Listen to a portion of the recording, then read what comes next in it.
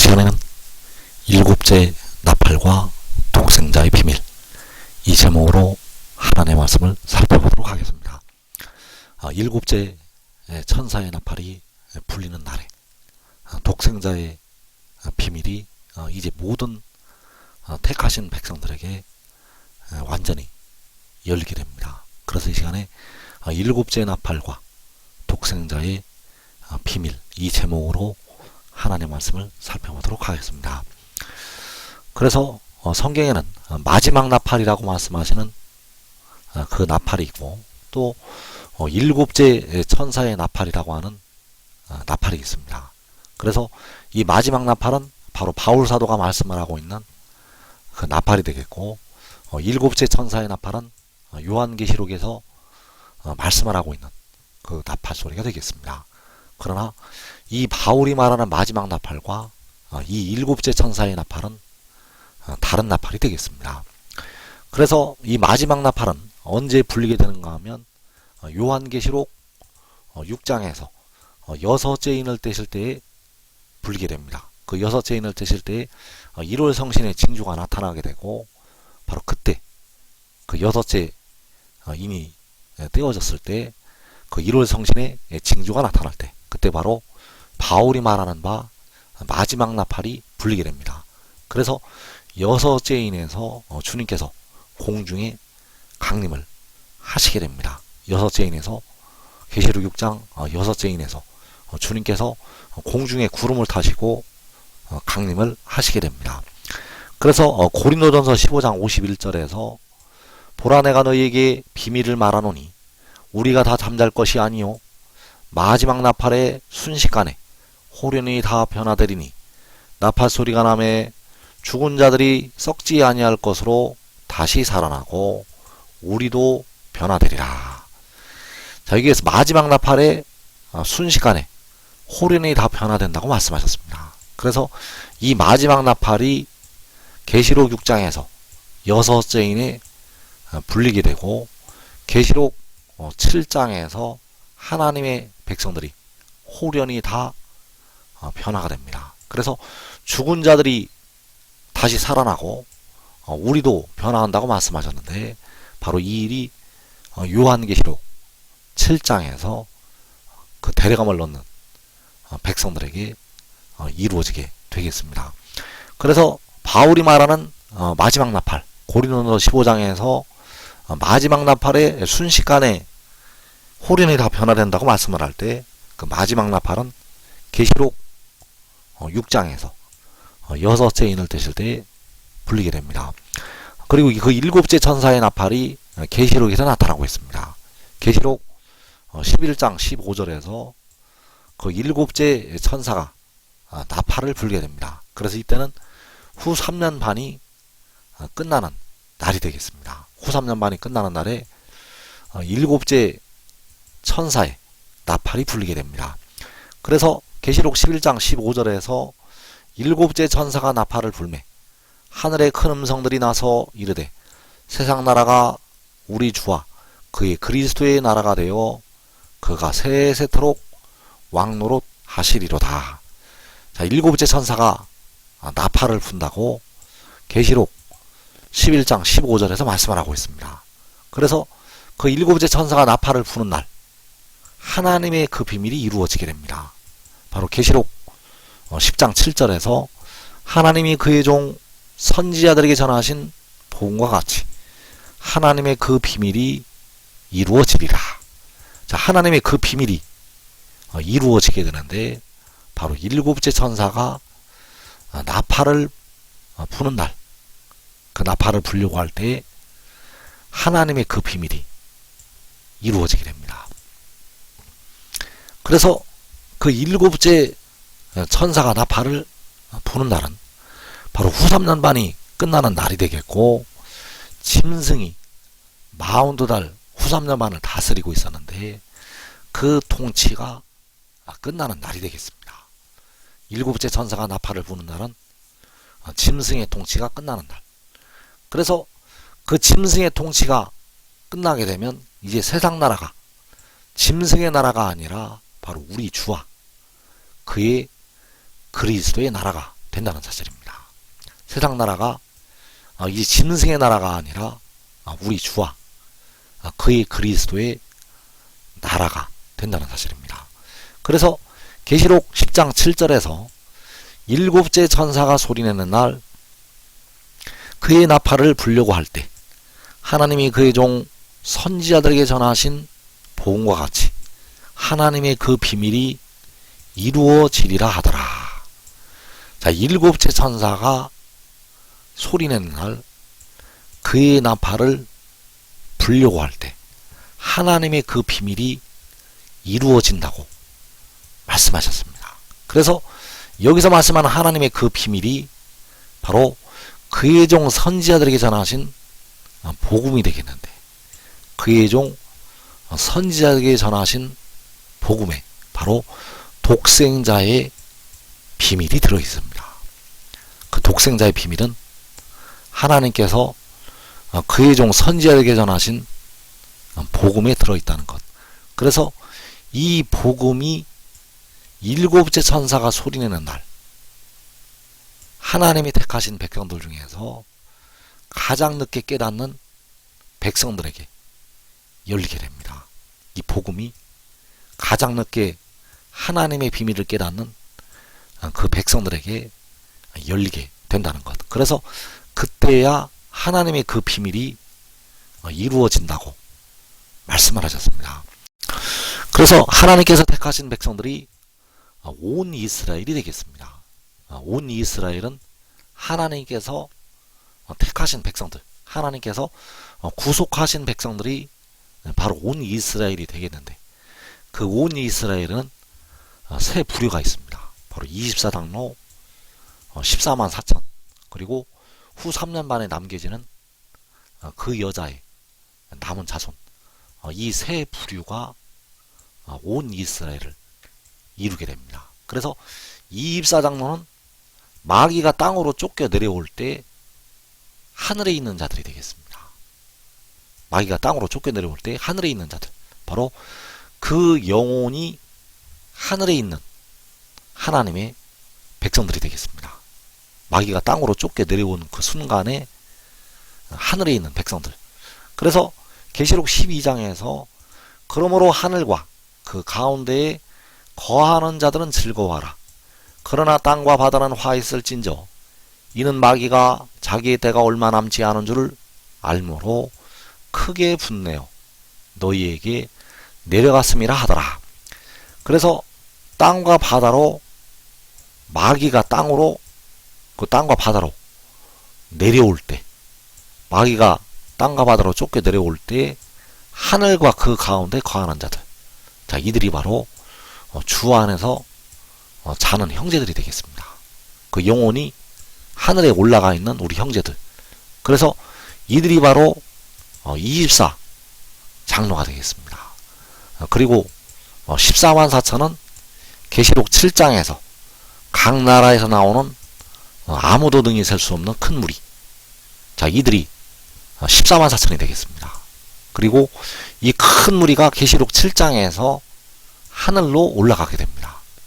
자, 이들이 하늘로 올라가게 되면 전 4년 반이 시작이 되고, 전 3년 반에 두 증인이 하늘의 일을 전파하게 됩니다. 그래서 전 3년 반에 두 증인의 증언을 받아들이는 백성들, 그 두 증인의 증언을 받아들이는 백성들은 바로 이 두 촛대에 합류가 됩니다. 그래서 이들도 14만 4천에 들어가게 됩니다. 계시록 11장 3절에서 내가 나의 두 증인에게 권세를 주리니 그들이 굵은 베옷을 입고 1260일을 예언하리라. 자, 이 1260일이 바로 전 3년 반이 되겠습니다.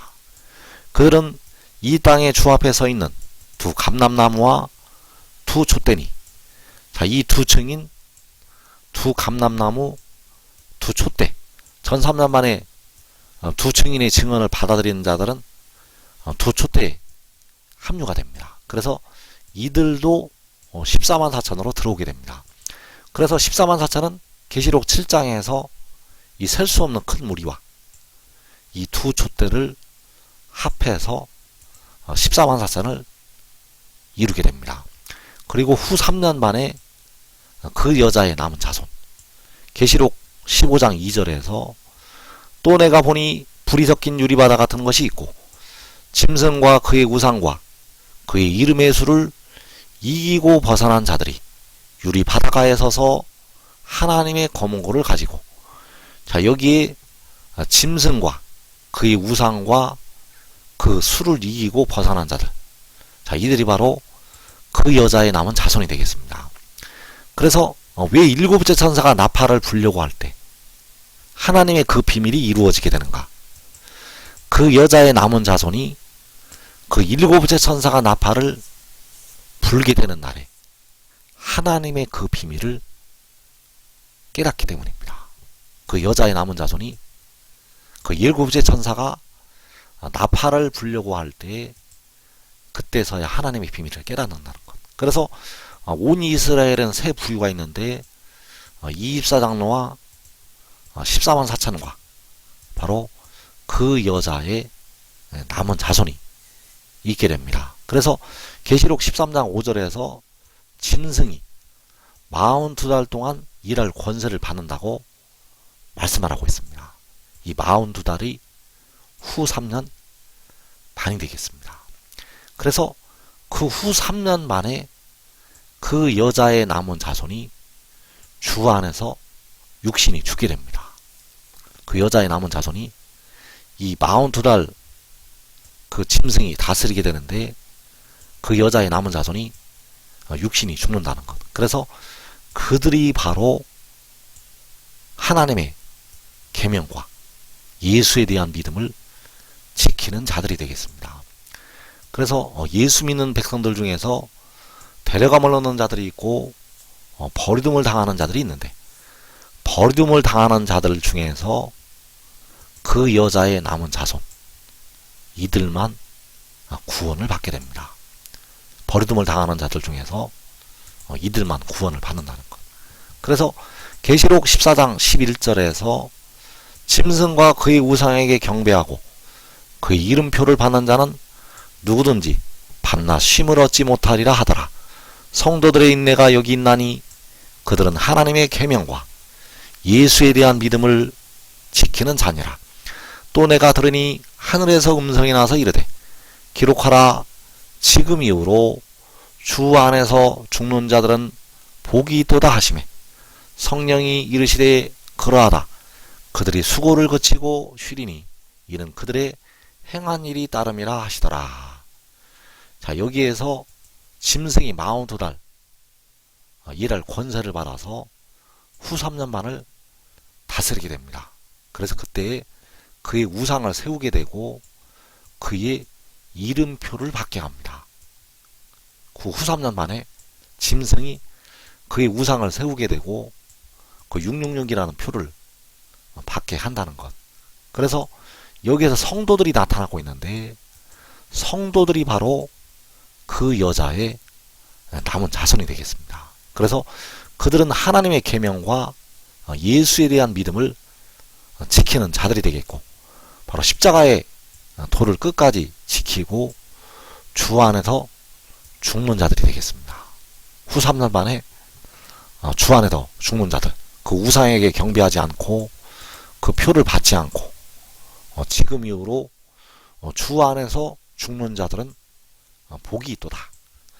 그래서 그 여자의 남은 자손 42달 짐승이 다스릴 때 주 안에서 죽는 자들이 되겠습니다.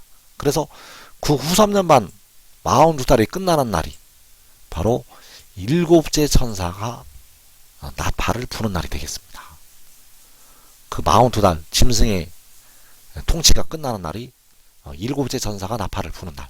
그래서 계시록 11장 14절에서 일곱째 천사가 나팔을 불매 하늘의 큰 음성들이 나서 이르되 세상 나라가 우리 주와 그의 그리스도의 나라가 되어 그가 세세토록 왕노릇 하시리로다. 자, 일곱째 천사가 나팔을 불면 세상 나라가 우리 주의 나라가 된다고 말씀을 하였습니다. 42달은 후 3년 만은 짐승이 권세를 받아서 세상을 다스리고 있었는데 이제 일곱째 천사가 나팔을 불면 짐승의 권세가 끝나고 세상 나라가 우리 주와 그의 그리스도의 나라가 된다는 것. 그래서 일곱째 천사가 나팔을 불게 되면 이 땅에 일곱 대접의 재앙이 이제 쏟아지게 됩니다. 그래서 계시록 15장 1절에서 또 하늘에 크고 이상한 다른 이적을 보매 일곱 천사가 일곱 재앙을 가졌으니 곧 마지막 재앙이라 하나님의 진노가 이것으로 마치리로다. 자, 여기에서 일곱 천사가 일곱 재앙을 가졌다고 말씀을 하였습니다.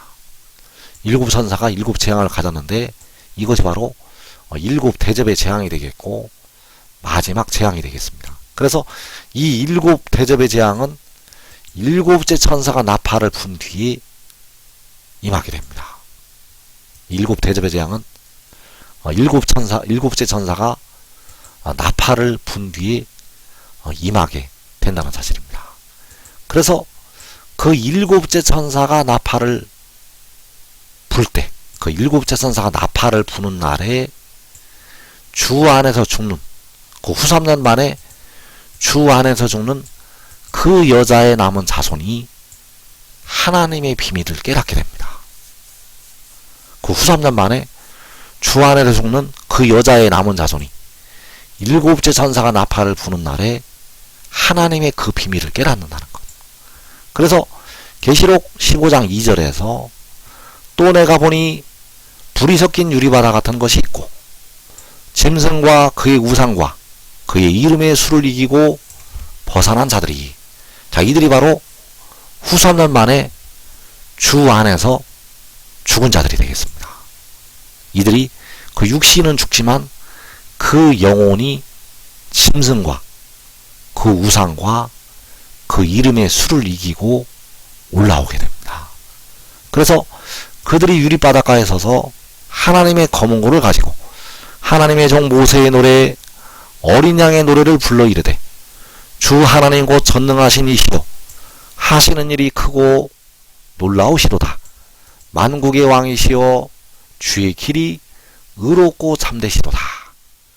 자, 그들이 그 후 3년 만에 주 안에서 죽는 그 여자의 남은 자손이 하나님의 그 비밀을 알게 됩니다. 그래서 하나님의 그 비밀이 바로 이 만국의 왕이 되겠고 여호와께서 태초에 가지신 지혜가 되겠고 그가 바로 독생자가 되겠습니다. 그래서 그 길을 일곱째 천사가 나팔을 부는 날에 깨닫게 됩니다.